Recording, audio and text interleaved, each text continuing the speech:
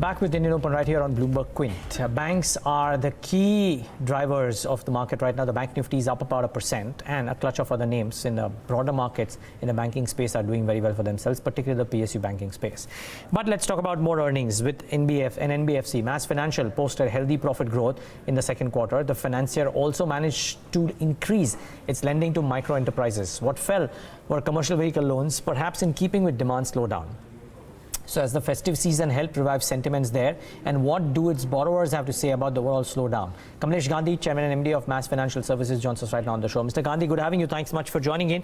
Put this quarter into perspective, I see very healthy PAT growth, but the NII growth was relatively subdued at about 5% odd. Why was this the case? Because the last time that we spoke, I think the going was pretty strong. Good morning. So if you see, the growth in AUM has been 26% and the NII growth is close to 10% on YOY basis and on half year on YOY quarter to quarter basis. And if you see the half year to half year comparison, it is 17%. And the major reason, when I talked to your channel last time, I told you that there will be some pressure on NIMs because of the increased increased cost of funds, and also because of the negative carry what we had to carry because of the excess liquidity on the balance sheet. But overall, if you see the profitability, we could maintain it at a close to 35% growth on both the basis, on half-year basis and on quarter-to-quarter basis. Yeah, well, that's true. You did speak about NIMs being slightly subdued. Can you give us some numbers there? How will the net interest margins look like? So net interest margin, as I talked to you, this quarter is around 7%. Which was close to 7.5% a quarter before. So there was a compression in the NIMs by 0.5%. And as I told you, that was mainly because of the increased cost and the liquidity arrangement what we had for the last quarter. Okay. How is the outlook looking like, Mr. Gandhi, currently on almost all the key parameters? Because the reason why I ask this also very importantly for you, because yours might be completely different from what's happening to maybe companies in your space, because I hear chalk and cheese commentary from almost every other player. So how is it looking like for you for the second half? See, for the second half, as we always maintain that with this base, for us to grow at around 20-25% looks very absolutely possible. The markets whom we serve, the fundamentals what we follow, the wide distribution network along with our distribution setup with more than 120 NBFCs of the country, and the liability management what we have done over all these years, and the reputation what we enjoy with our lenders should help us in raising adequate liability also.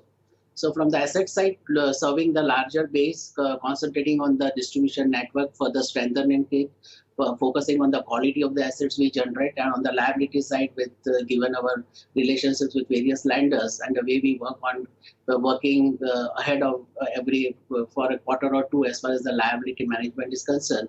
I don't see any problems for this second quarter in attaining around, say, 20-25% growth.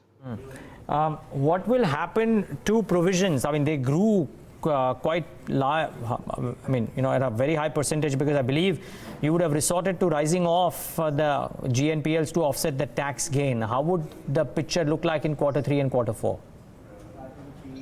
See, in the second half also, we always maintain that the GNPA will be range bound anywhere between, say, 1.25 to 1.5%. And the advantage what we got this time because of the tax rebate, the tax break what we got from 35 to 25 was utilized to write off the stage 3 assets aggressively, which brought it down to the lower band of the range to around 1.06%. But I think it will remain range bound anywhere between 1.25 to 1.5%.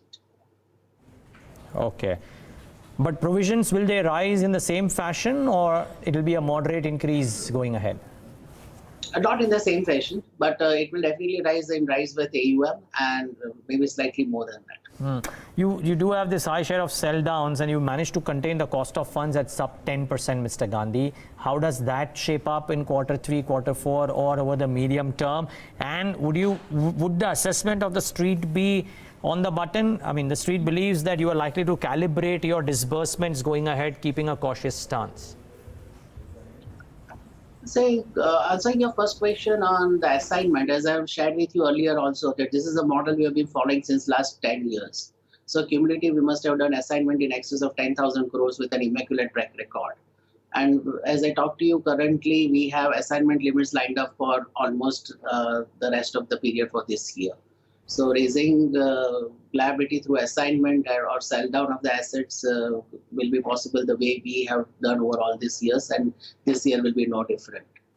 In terms of disbursement and AUM, we always maintain that we don't chase disbursement and AUM. Our priority is profitability, quality of the assets, and then the disbursements and AUM. But having said that, we are confident that with this objective, also keeping this objective in mind also of quality and profitability, we should settle at around 20-25% growth.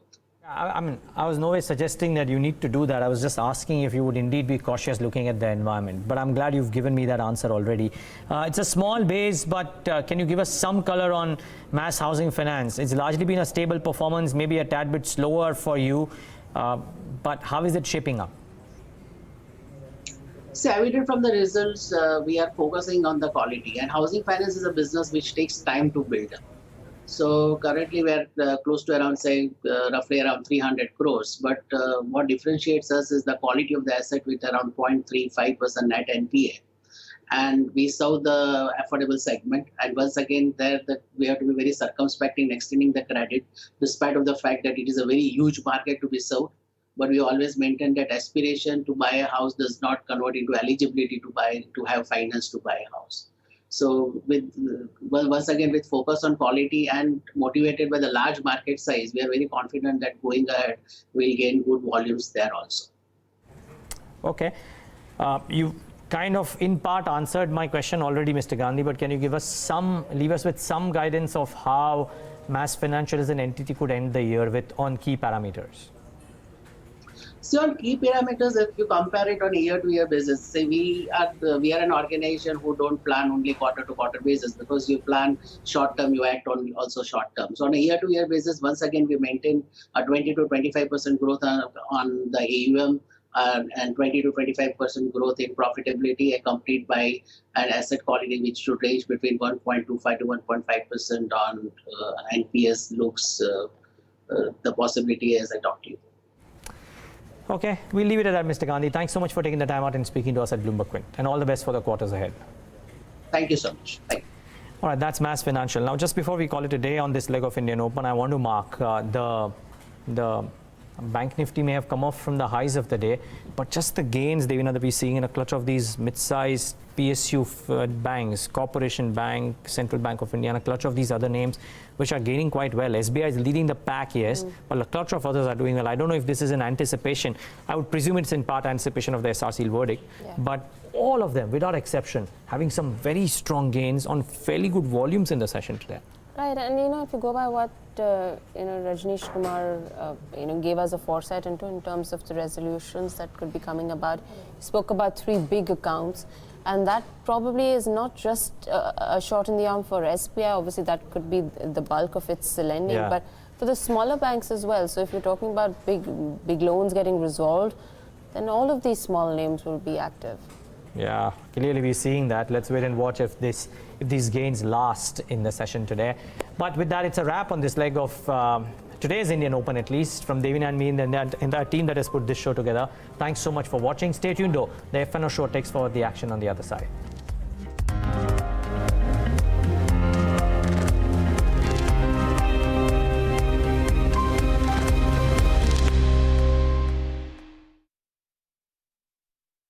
So people, when they invest and they call